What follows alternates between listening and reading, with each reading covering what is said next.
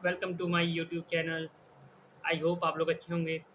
तो ये चैनल का जो शुरुआत की थी द सोशल वाला for UPSC aspirant and second जो मेरा दूसरा चैनल है क्लास 11 एंड 12 ह्यूमैनिटीज स्टूडेंट। तो ये दोनों जो चैनल है, पहला चैनल 11 एंड 12 ह्यूमैनिटीज के बच्चों के लिए स्टूडेंट जो बोर्ड की तैयारी करते हैं, 12th बोर्ड और जो 11th एग्ज़ाम की, और द सोशल वाला फॉर यूपीएससी एस्पिरेंट यूपीएससी की जो तैयारी कर रहे हैं उनके लिए मैंने ये दोनों इनिशिएटिव, दोनों चैनल के माध्यम से ये एजुकेशन को यूट्यूब पे फ्री ऑफ कॉस्ट पहुंचाने का जो मेरा इनिशिएटिव है, एजुकेशन को फ्री ऑफ कॉस्ट पहुंचाने का जो मेरा शुरुआत है। तो आज का जो टाइटल है, टॉपिक है, we want educated politician. We want educated well educated. तो ये आज का टाइटल है। एमपी, एमएलए जैसे सुप्रीम कोर्ट का जज बनने के लिए इतना लॉ की किताबें पढ़नी पड़ती है, वैसे ही एमपी, एमएलए, ये जितने भी पॉलिटिशियन हैं, जितने भी नेता हैं, जितने भी मिनिस्टर हैं, काउंसिल ऑफ मिनिस्टर और प्रेसिडेंट ऑफ इंडिया, संविधान में बस सिटीजन ऑफ इंडिया लिखा है कि वो बस सिटीजन ऑफ इंडिया हो और एक मैक्सिमम एज हो, बस इतना ही है। भारत का नागरिक और maximum age president of India, prime minister of India, तो बस इतना ही लिखा है। लेकिन अमेंडमेंट तो हो सकता है ना, अमेंडमेंट की पावर है पार्लियामेंट के पास। आर्टिकल 368 पार्लियामेंट को ये पावर देता है अमेंडमेंट करने की कि मैं इलेक्शन को चेंज करने को नहीं कह रहा हूँ, इलेक्शन डेमोक्रेसी इसको चेंज करने को नहीं कह रहा हूँ। मैं ये चेंज करने को कह रहा हूँ कि उसमें ऐड ऑन करे, अमेंडमेंट करके ऐड करे संविधान में कि इंडियन जैसे यूपीएससी बॉडी, यूपीएससी एक कॉन्स्टिट्यूशनल बॉडी है, वैसे ही एक ऐसी बॉडी बनाए। बॉडी बनाने की जरूरत नहीं है, यूपीएससी ही कंडक्ट करवाएगी। जैसे सिविल सर्विसेज एग्जामिनेशन है, वैसे ही इंडियन पॉलिटिकल सर्विस एग्जाम होना चाहिए और वो एग्ज़ाम यूपीएससी कंडक्ट करे। जैसे इतना टफ पेपर, हम सारे जितने भी यूपीएससी एस्पिरेंट हैं, हमें चाहिए वेल एजुकेटेड, कि जिसके साथ जितने भी आईएएस ऑफिसर हैं, जितने भी सिविल सर्वेंट हैं, उनकी क्या ख्वाहिश नहीं होती कि वो एक पढ़े लिखे मिनिस्टर के साथ बात करें। हम लोग पढ़े लिखे और ये जितने भी मिनिस्टर के साथ हम जितने भी सिविल सर्वेंट बनते हैं, वो आईएएस ऑफिसर, आईपीएस, आईएफएस, ये लोग नहीं चाहेंगे कि हम जिनसे बात करें वो थोड़ा वेल एजुकेटेड रहे। सब कुछ तो हम लोग बताते हैं, एडवाइस करते हैं तब जाके, और कोई बिल को ड्राफ्ट भी हम ही लोग करते हैं, सिविल सर्वेंट।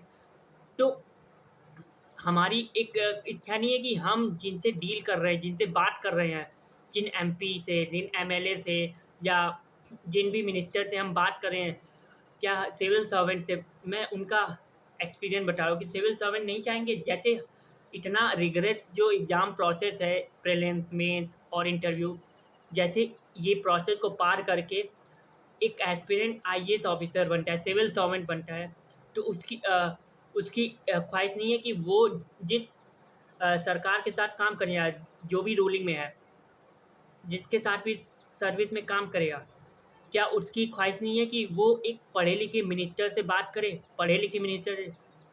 तो मैं आप सबसे कह रहा हूँ, we want educated politician. We यहाँ पे कौन है? We the people of India, यानी कि मैं आप लोगों की बात कर रहा हूँ, यानी कि वी वांट यानी कि हमें चाहिए, हमें मतलब आप सबको भी। वी मतलब इसमें सिर्फ मैं अकेला नहीं हूँ, आप सब भी हैं, भारत के नागरिक, भारत का जो सिटीजन है, सिटीजन ऑफ इंडिया। अभी अभी रिसेंटली सिटीजनशिप पे बवाल हुआ है कि ट्रैवल अकाउंट है, पासपोर्ट ट्रैवल अकाउंट है, बस ट्रैवल अकाउंट। और वो पासपोर्ट किसको इशू करेंगे? अगर वो ट्रैवल अकाउंट है तो वो पासपोर्ट किसी फॉरेन को तो देंगे नहीं। अगर वो ट्रैवल अकाउंट है तो वो किसी फॉरेन को तो देंगे नहीं, जो इंडिया से बाहर जा रहा है उसी को मिलेगा। We want educated politician, MP, MLA, जितने भी मिनिस्टर हैं, हमें चाहिए एक वेल एजुकेटेड जो कॉमन मुद्दों की बात करें। कॉमन मुद्दा जैसे ये पेपर लीक, एजुकेशन में जो पेपर लीक हो रहे हैं एग्ज़ाम सेंटर पे, जो बच्चों को कह रहे हैं कि 2 मिनट आप लेट हैं। यहाँ पुलिस को आने में 1-2 मिनट लेट हो जाए, चलेगा।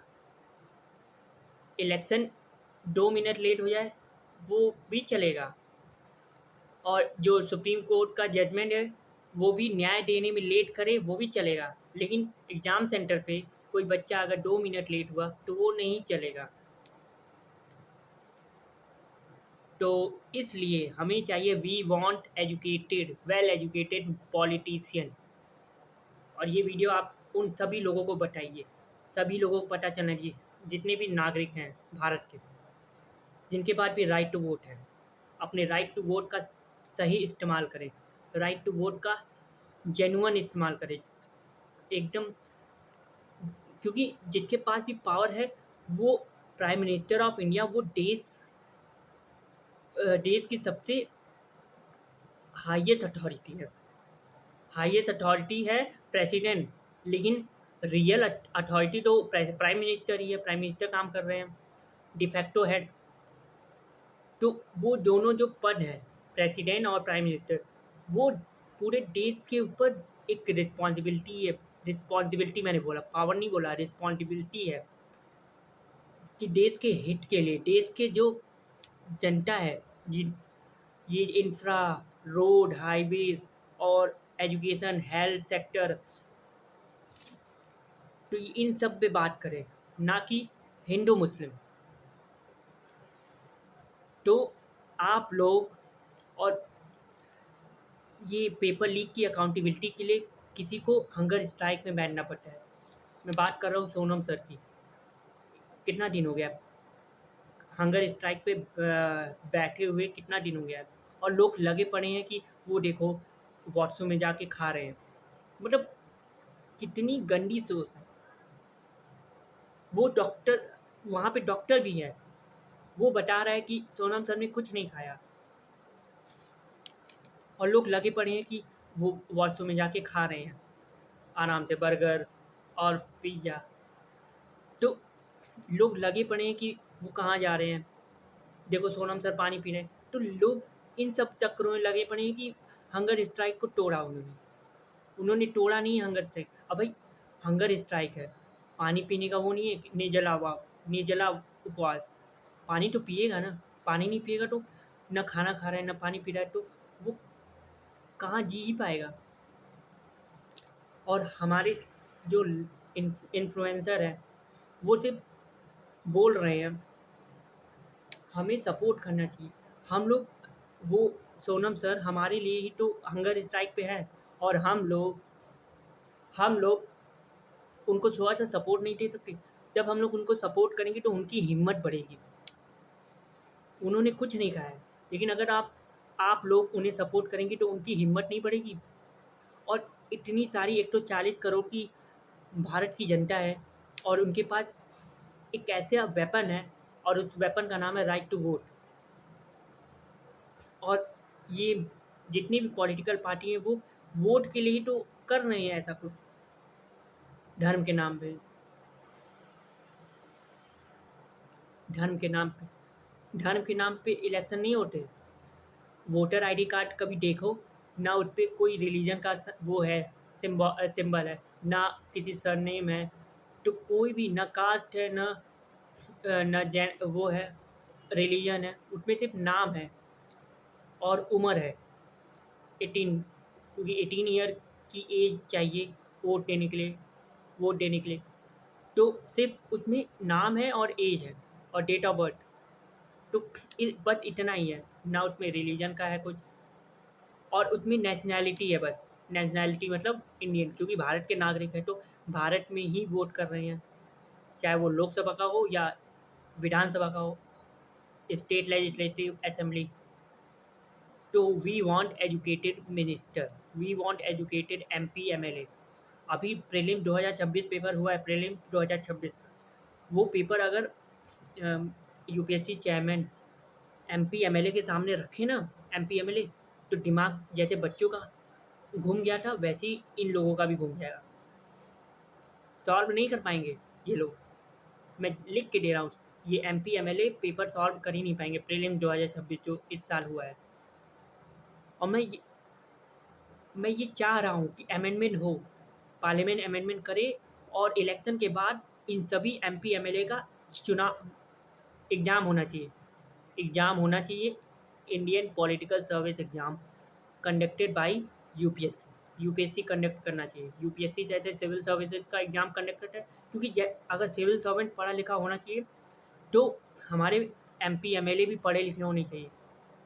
इलेक्शन होगा, मैं इलेक्शन को मना नहीं कर रहा हूँ, इलेक्शन होना चाहिए, इलेक्शन होगा, लेकिन इलेक्शन के बाद एग्ज़ाम, यानी कि इलेक्शन हो गया, जनता ने आपको पसंद कर लिया, तो अब आप अपना जो इंटेलेक्चुअल है, लॉजिकल थिंकिंग, जो क्रिटिकल थिंकिंग है, उसको अपनी जो ये इंटेलेक्चुअल है उसको एबिलिटी को दिखाइए एग्ज़ाम में। तब मानेंगे कि आपके पास नॉलेज है एमपी बनने की। उस पार्लियामेंट की चेयर पे, पार्लियामेंट में जितनी भी एमपी की चेयर है उस पे बैठने की आपकी एबिलिटी है, कैपेसिटी है, तब मानेंगे। तो इलेक्शन तो होगा, जनता ने पसंद किया, जनता ने पसंद कर लिया, लेकिन पसंद करना ही इम्पोर्टेंट नहीं है, वो कितना पढ़ा लिखा है ये भी इम्पोर्टेंट है। और सिर्फ वोट करना इम्पोर्टेंट नहीं है, सवाल करना भी इम्पोर्टेंट है। सिर्फ वोट करना इम्पोर्टेंट नहीं है, सवाल करना भी इम्पोर्टेंट है। एक बार और बोल रहा हूँ, सिर्फ वोट करना इम्पोर्टेंट नहीं है, वोट करने से ज़्यादा वो 5 साल के लिए अगर पावर में है तो उसको सवाल करना भी, क्वेश्चन करना भी इम्पोर्टेंट है। इसी को बोलते हैं अकाउंटेबिलिटी, इंश्योर होती है। सवाल करेंगे तो अकाउंटेबिलिटी बनेगी, सवाल नहीं करेंगे तो वो कौन और आप कौन, यही मामला होगा।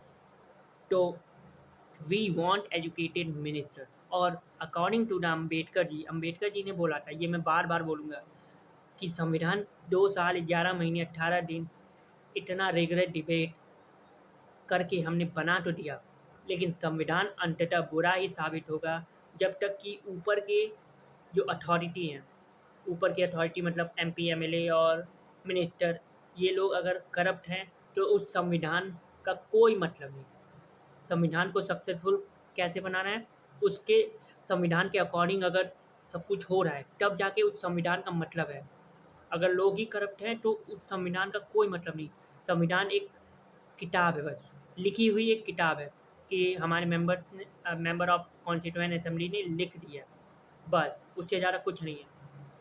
अगर वो लिखी हुई चीज़ों को इम्प्लीमेंट करना है, इफ़ेक्टिव करना है, तो उसके लिए सिटीज़न को भी रिस्पॉन्सिबल सिटीज़न होना होगा।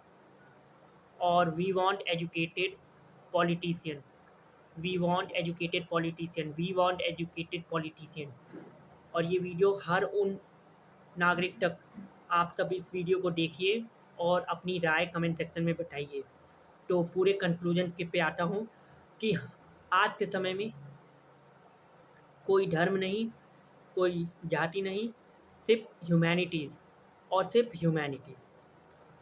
देश का जो हित है, देश के लिए जो सही है, देश की इकोनॉमिक ग्रोथ के लिए जो सही है, देश में एम्प्लॉयमेंट के लिए जो सही है, एम्प्लॉयमेंट, ये अनएम्प्लॉयमेंट ख़त्म करना है, लोगों को एम्प्लॉय करना है, लोगों को एम्प्लॉयमेंट देना है। और ये जो जॉबलेस ग्रोथ है, ये जॉबलेस ग्रोथ इकोनॉमी का टर्म है। तो जॉबलेस ग्रोथ यानी कि डिग्री तो है लेकिन स्किल नहीं है, यानी कि नॉलेज तो है लेकिन जॉब नहीं है, तो इसी को जॉबलेस कहते हैं। जॉबलेस ग्रोथ यानी कि लोग के पास नॉलेज है लेकिन जॉब नहीं है, तो जॉबलेस ग्रोथ। तो हर उस एमपी एमएलए को पढ़ना लिखना चाहिए, well educated. We want well educated politician, we want well educated politician, we want well educated politician, we want well educated politician. मैं बार बार ये बात बोलूँगा, आपको अच्छा लगे या ना लगे, मैं बोलूँगा।